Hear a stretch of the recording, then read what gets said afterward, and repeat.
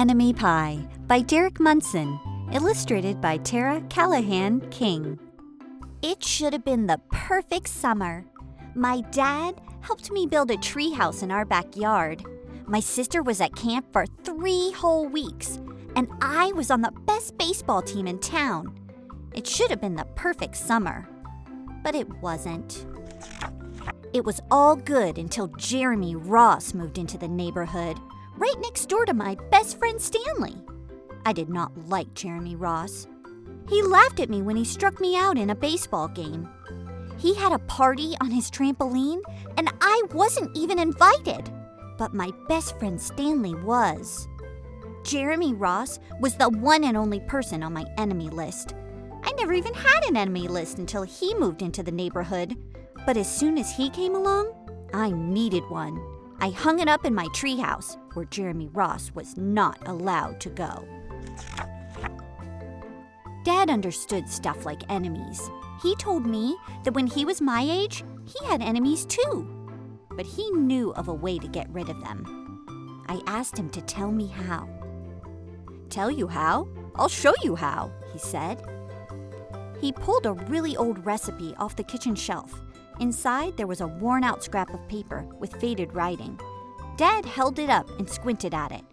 "Enemy pie," he said, satisfied. You may be wondering what exactly is enemy pie. I was wondering too. But Dad said the recipe was so secret, he couldn't even tell me. I decided it must be magic. I begged him to tell me something, anything. "I will tell you this," he said. "Enemy pie is the fastest known way to get rid of enemies." Now, of course, this got my mind working. What kind of things, disgusting things, would I put into a pie for an enemy? I brought Dad some weeds from the garden, but he just shook his head. I brought him earthworms and rocks, but he didn't think I needed those. I gave him the gum I'd been chewing all morning.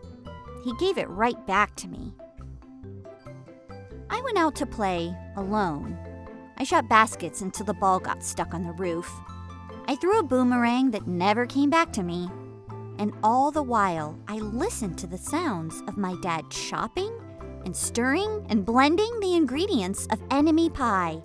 This would be a great summer after all. Enemy pie was going to be awful. I tried to imagine how horrible it must smell, or worse yet, what it must look like. But when I was in the backyard looking for ladybugs, I smelled something really, really, really good. And as far as I could tell, it was coming from our kitchen. I was a bit confused. I went to ask Dad what was wrong. Enemy pie shouldn't smell good. But Dad was smart. If enemy pies smelled bad, your enemies would never eat it, he said. I could tell he had made enemy pie before. The buzzer rang, and Dad put on the oven mitts and pulled the pie out of the oven. It looked like a plain old pie. It looked good enough to eat. I was catching on. But still, I wasn't really sure how this enemy pie worked. What exactly did it do to enemies? Maybe it made their hair fall out, or their breath stinky. Maybe it made bullies cry. I asked Dad, but he was no help. He wouldn't tell me a thing. But when the pie cooled, he filled me in on my job. He talked quietly. "There is one part of enemy pie that I can't do. In order for it to work, you need to spend the day with your enemy. Even worse, you have to be nice to him. It's not easy, but that's the only way enemy pie can work.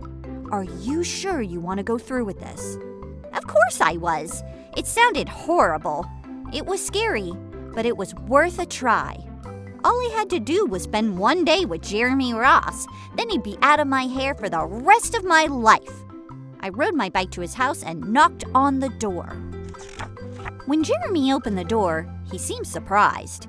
He stood on the other side of the screen door and looked at me, waiting for me to say something. I was nervous. "Can you play?" I asked. He looked confused. "I'll go ask my mom," he said. He came back with his shoes in his hand. His mom walked around the corner to say hello. "You boys stay out of trouble," she said, smiling.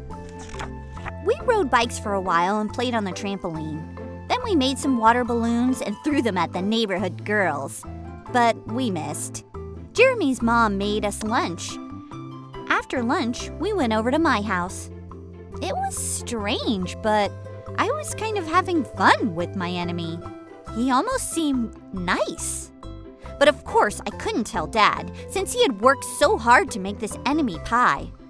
Jeremy Ross liked my basketball hoop. He said he wished he had a basketball hoop, but they didn't have room for one. I let him win a game, just to be nice. Jeremy Ross knew how to throw a boomerang. He threw it and it came right back to him. I threw it and it went over my house and into the backyard. When we climbed over the fence to find it, the first thing Jeremy noticed was my treehouse. My treehouse was my treehouse. I was the boss. If my sister wanted in, I didn't have to let her. If my dad wanted in, I didn't have to let him.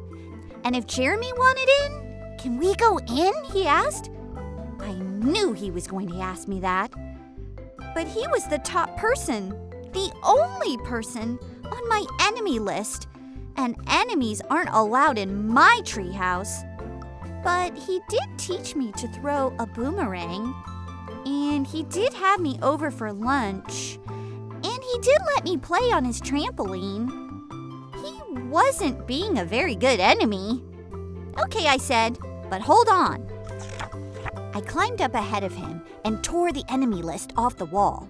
I had a checkerboard and some cards in the treehouse, and we played games until my dad called us for dinner. We pretended we didn't hear him, and when he came to get us, we tried to hide from him. But somehow he found us. Dad made us macaroni and cheese for dinner, my favorite. It was Jeremy's favorite too. Maybe Jeremy Ross wasn't so bad after all. I was beginning to think that maybe we should just forget about enemy pie. But sure enough, after dinner, Dad brought out the pie. I watched as he cut the pie into 8 thick slices. "Dad," I said, "it sure is nice having a new friend in the neighborhood." I was trying to get his attention and trying to tell him that Jeremy Ross was no longer my enemy. But Dad only smiled and nodded. I think he thought I was just pretending. Dad dished up 3 plates, side by side, with big pieces of pie and giant scoops of ice cream. He passed one to me and one to Jeremy. "Wow," Jeremy said, looking at the pie. "My dad never makes pies like this." It was at that point that I panicked. I didn't want Jeremy to eat enemy pie. He was my friend. I couldn't let him eat it. "Jeremy, don't eat it. It's bad pie. I think it's poisonous or something." Jeremy's fork stopped before reaching his mouth. He crumpled his eyebrows and looked at me funny. I felt relieved. I had saved his life. I was a hero. "If it's so bad," Jeremy asked, "then why has your dad already eaten half of it?" I turned and looked at my dad. Sure enough, he was eating enemy pie. "Good stuff," he mumbled through a mouthful, and that was all he said. I sat there watching them eat enemy pie for a few seconds. Dad was laughing, Jeremy was happily eating, and neither of them was losing any hair. It seemed safe enough, so I took a tiny taste. Enemy pie was delicious!